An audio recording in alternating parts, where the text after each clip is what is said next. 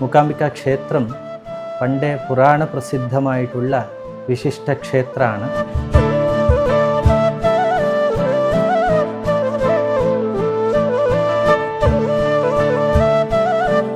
മൂകാസുരനെ അമ്മയെ വധ ചെയ്ത് ഇവിടെ മൂകാംബിക എന്ന് പ്രസിദ്ധിയായത് മഹാലക്ഷ്മി. ഫാമിലിക്ക് അവകാശമുള്ള ഈ ഉദയാസ്തമന പൂജ 3 നേര പൂജയായിട്ട് രാത്രി സ്വർണ്ണത്തേര് വിളിക്കുന്ന ഒരു അവകാശം അമ്മയെ സ്വർണ്ണത്തേരിൽ എറിഞ്ഞിട്ട് ഇത് മഹാപൂജയാണ്. ഇത് അല്ലാത്ത രംഗപൂജകളുണ്ട്. കുങ്കുമാർച്ചന, അലങ്കാര പൂജ, പുഷ്പാഞ്ജലി, സർവസേവ, കുടുംബൈശ്വര്യ പൂജ.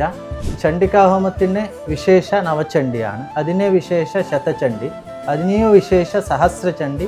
ഭക്തങ്ങൾക്ക് സാമ്പത്തികമായിട്ട് ഏത് ശക്തി ഉണ്ട് അവരവർ അത് സങ്കല്പം ചെയ്ത് ചെയ്യൂ. പക്ഷേ സർവദേവ ശരീരേഭ്യോ യാവിർഭൂതാമിത പ്രഭ ത്രിഗുണാസ മഹാലക്ഷ്മി സാക്ഷാൽ മഹിഷമർദിനി എന്നിട്ട്. നമസ്കാരം. അബാക് മീഡിയയിൽ ഇന്ന് അതിഥി കൊല്ലൂർ മൂകാംബിക ക്ഷേത്രത്തിലെ തന്ത്രിയും മേൽശാന്തിയുമായ ഡോക്ടർ രാമചന്ദ്ര അടികയാണ്. നമസ്തേ തിരുവേനി. നമസ്കാരം. കൊല്ലൂർ മൂകാംബിക ദേവി ക്ഷേത്രം, ഈ കൊല്ലൂർ മൂകാംബിക ദേവി ക്ഷേത്രത്തിലേക്ക് വരുന്ന ഭക്തജനങ്ങൾക്ക്, പ്രത്യേകിച്ച് മലയാളികളായ ഭക്തജനങ്ങൾക്ക് ഒക്കെയുള്ള സംശയമാണ്, മൂകാംബിക ക്ഷേത്രത്തിലെ പ്രധാന വഴിപാടുകൾ എന്തൊക്കെയാണ്, ദേവി പ്രസാദിക്കാനായി എന്തൊക്കെ വഴിപാടുകളാണ് ഇവിടെ വന്നാൽ ചെയ്യേണ്ടത്, അതിനെക്കുറിച്ചൊന്ന് പറഞ്ഞുതരാമോ? മഹാലക്ഷ്മി കോലാപുരവര നിവാസ വിജയത്തെ തരാം ശാന്ത ശംഖാര്യ ഭയവരഹസ്താത്രിനയന പരാമുഖാംബാഖ്യ മഹിഷമഥനോത്കണ്ഠ നിഖില അമരാസ്യോത്ഥജ്യോതിർമയ മിഥുനലിംഗാഗ്രിയ വപുഹു. മൂകാംബായേ നമഃ. നമസ്കാരം. മൂകാംബിക ക്ഷേത്രം പണ്ടേ പുരാണ പ്രസിദ്ധമായിട്ടുള്ള വിശിഷ്ട ക്ഷേത്രമാണ്. 12 ജ്യോതിർലിംഗത്തിലെയോ മിഥുന ജ്യോതിർലിംഗാണ് ഇവിടെ ഉള്ള ജ്യോതിർലിംഗ. പിന്നെ 51 ശക്തിപീഠത്തിൽ മുഖ്യ 18 ശക്തിപീഠ. ആ 18 ശക്തിപീഠത്തിൽ ഒരു ശക്തിപീഠ മൂകാംബിക ക്ഷേത്ര. പിന്നെ ഗോകർണ മണ്ഡല വ്യാപ്തിയിൽ 7ാമത്തെ സപ്ത മോക്ഷദായക ക്ഷേത്രത്തിൽ അന്തിമ ക്ഷേത്ര, 7ാമത്തെ മോക്ഷദായക ക്ഷേത്ര എന്ന് പറയുന്ന മഹാക്ഷേത്രമാണ് മൂകാംബിക ക്ഷേത്ര. ഇവിടെ പ്രധാന വഴിപാടെന്നാൽ ഇപ്പോൾ സേവാലിസ്റ്റിലുള്ളത് 1 ചണ്ഡികാ ഹോമം, പിന്നെ നവചണ്ഡികാ ഹോമം, പിന്നെ ശതചണ്ഡികാ ഹോമം. ഇത് അമ്മയ സങ്കല്പത്തിൽ മൂകാംബിക അന്തർഗത ചണ്ഡിക എന്നിട്ട് മൂകാസുരനെ അമ്മയെ വധ ചെയ്ത് ഇവിടെ മൂകാംബിക എന്ന് പ്രസിദ്ധിയായത് മഹാലക്ഷ്മി. ലക്ഷ്മി എന്നാൽ മോക്ഷ കൊടുക്കുന്ന സ്വരൂപിണി എന്നിട്ട് ചണ്ഡിക, ദുർഗ, പരമേശ്വരി. എല്ലാ അസുരരെ മായാ, മധുകൈಟಭ, ധൂമ്രഹ, ചണ്ഡമുണ്ഡ, രക്തബീജ, നിശുംഭ, ശുംഭ എല്ലാവರ ಸಂಹಾರ ചെയ്ത ഭാവചണ്ഡിಕೆ. ആദ്യ മൂകാസുരനെ സംഹാര ചെയ്ത് മൂകാംബിಕೆ, അതിനെ ചണ്ഡികാ ഹോമം.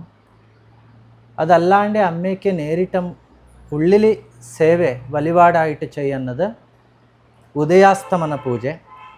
രാവിലെ ഉച്ചയും രാത്രിയും അമ്മയ്ക്ക് 3 ഫാമിലിക്ക് അവകാശമുള്ള ഈ ഉദയാസ്തമന പൂജ 3 നേര പൂജയായിട്ട് രാത്രി സ്വർണ്ണത്തേര് വിളിക്കുന്ന ഒരു അവകാശം, അമ്മയെ സ്വർണ്ണത്തേരിൽ എറിഞ്ഞിട്ട് രഥം വിളിക്കുന്ന അവകാശം.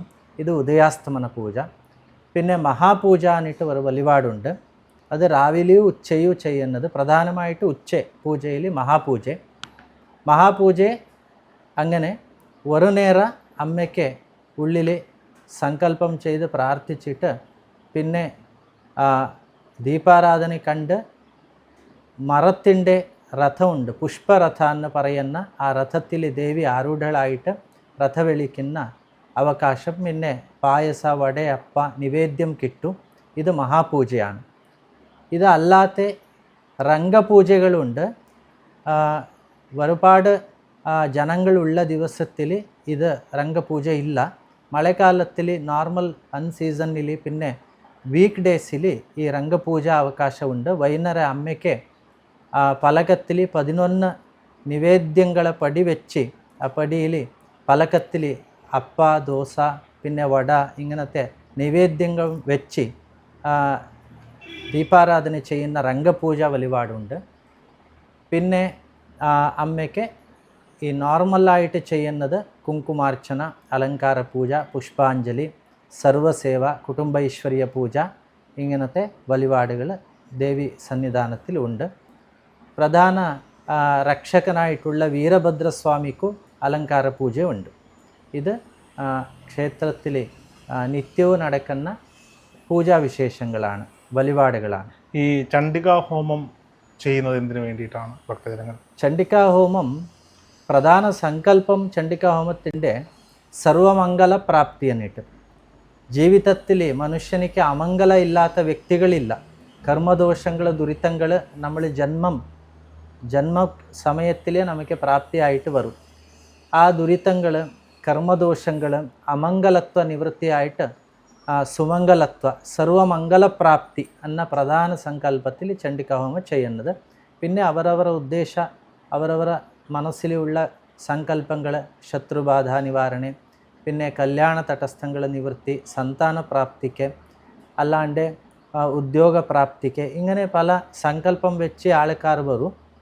സർവമംഗല പ്രാപ്തി എന്നത് പ്രധാന സങ്കല്പം ചണ്ഡികാ ഹോമം. അതിൽ തന്നെ നവചണ്ഡികാ ഹോമം, ശതക ചണ്ഡികാ ഹോമം ഒക്കെ ചെയ്യുന്നതിന് പ്രത്യേക നവചണ്ഡി എന്നാൽ ചണ്ഡികാ ഹോമത്തിൽ ഒരു 5 ടൈപ്സ് ഉണ്ട്. അതിൽ ചണ്ഡിക, നവചണ്ഡിക, ശതചണ്ഡിക, സഹസ്രചണ്ഡിക, അയുതചണ്ഡിക എന്നിട്ട്. അത് ചണ്ഡികാ ഹോമത്തിന് വിശേഷ നവചണ്ഡിയാണ്, അതിനെ വിശേഷ ശതചണ്ഡി, അതിനെയോ വിശേഷ സഹസ്രചണ്ഡി, പിന്നെ അയുതചണ്ഡിയാണ്. അത് ശക്തിയാനുസാരം ഭക്തങ്ങൾക്ക് സാമ്പത്തികമായിട്ട് ഏത് ശക്തി ഉണ്ട് അവരവർ അത് സങ്കല്പം ചെയ്ത് ചെയ്യൂ. പക്ഷേ ചണ്ഡിക എന്ന് പറയുന്നത് ഒരു പാരായണത്തിൽ ചെയ്യുന്ന ഹോമം.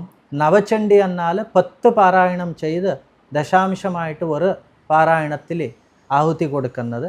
ശതചണ്ഡിയിൽ 100 പ്രാവശ്യം ചണ്ഡികാ പാരായണം പഠനം ചെയ്ത് പിന്നെ 10 പാരായണത്തിൽ ആഹുതി കൊടുക്കുന്നത്. സഹസ്രചണ്ഡി എന്നാൽ സഹസ്ര പ്രാവശ്യം, ഒരു 1000 പ്രാവശ്യം പാരായണം ചെയ്ത് പിന്നെ അതിൽ 100 പ്രാവശ്യം ആഹുതി പാരായണത്തിൽ കൊടുക്കുന്നത്. ഇങ്ങനെ പല വിശേഷങ്ങളാണ് ആ ചണ്ഡികാ ഹോമത്തിൽ വൈശിഷ്ട്യം. ഈ ചണ്ഡികാ ഹോമം ചെയ്യുമ്പോൾ 3 ദേവീ ഭാവങ്ങളെയും നമ്മൾ ആരാധിച്ചിട്ടാണോ ഹോമം നടത്തുന്നത്? 3 ഭാവം എന്നാൽ സർവദേവ ശരീരേഭ്യോ യാവിർഭൂതാമിത പ്രഭ, ത്രിഗുണാസ മഹാലക്ഷ്മി സാക്ഷാൻ മഹിഷമർദിനി എന്നിട്ട് ത്രിഗുണാസ എന്നിട്ട്, കാളി, ലക്ഷ്മി, സരസ്വതി ആയിട്ട് ആദി മഹാലക്ഷ്മി എന്നിട്ട്. ഞാനത് പറഞ്ഞത് മൂകാംബിക എന്നാൽ ത്രിഗുണാത്മിക മൂകാംബികയാണ്. കാളി, ലക്ഷ്മി, സരസ്വതി 3 ഭാവം കൂട്ടി മൂകാംബികയായിട്ട് ആദിപരാശക്തി മൂകാസുരനെ സംഹാരം ചെയ്തത്.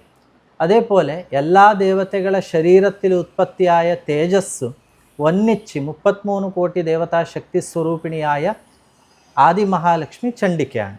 എല്ലാ ദേവതകളെ ശക്തി സ്വരൂപമാണ്. അതിനെ ചണ്ഡികാ ഹോമം ചെയ്താൽ 33 കോടി ദേവത ആരാധന ചെയ്ത ഫലം എന്നിട്ട് ഒരു ശാസ്ത്രത്തിൽ പറഞ്ഞിട്ടുണ്ട്, പുരാണത്തിൽ. ഭക്തർക്ക് ചണ്ഡികാ ഹോമം ചെയ്യാൻ ആഗ്രഹമുണ്ടെങ്കിൽ അതിനുള്ളൊരു പ്രൊസീജിയർ എങ്ങനെയാണ്? മുൻകൂട്ടി ബുക്ക് ചെയ്യണോ? എങ്ങനെയാണ്? ഇപ്പോൾ അമ്പലത്തിൽ വെബ്സൈറ്റ് ഉണ്ട്. ആ വെബ്സൈറ്റ് ലിങ്കിൽ പോയിട്ട് ബുക്കിംഗ് ചെയ്യണം. ആ ബുക്കിംഗ് ചെയ്ത് അമ്പലത്തിൽ പറഞ്ഞാൽ അത് ഇവിടെ എൻട്രി ആകും. ആ സമയത്തിൽ വന്നാൽ ഇവിടെ രാവിലെ മുതൽ രാത്രി വരെ ഇതുണ്ട്, ഉച്ച വരെ ചണ്ഡികാ ഹോമത്തിൻ്റെ അവകാശമുണ്ട്.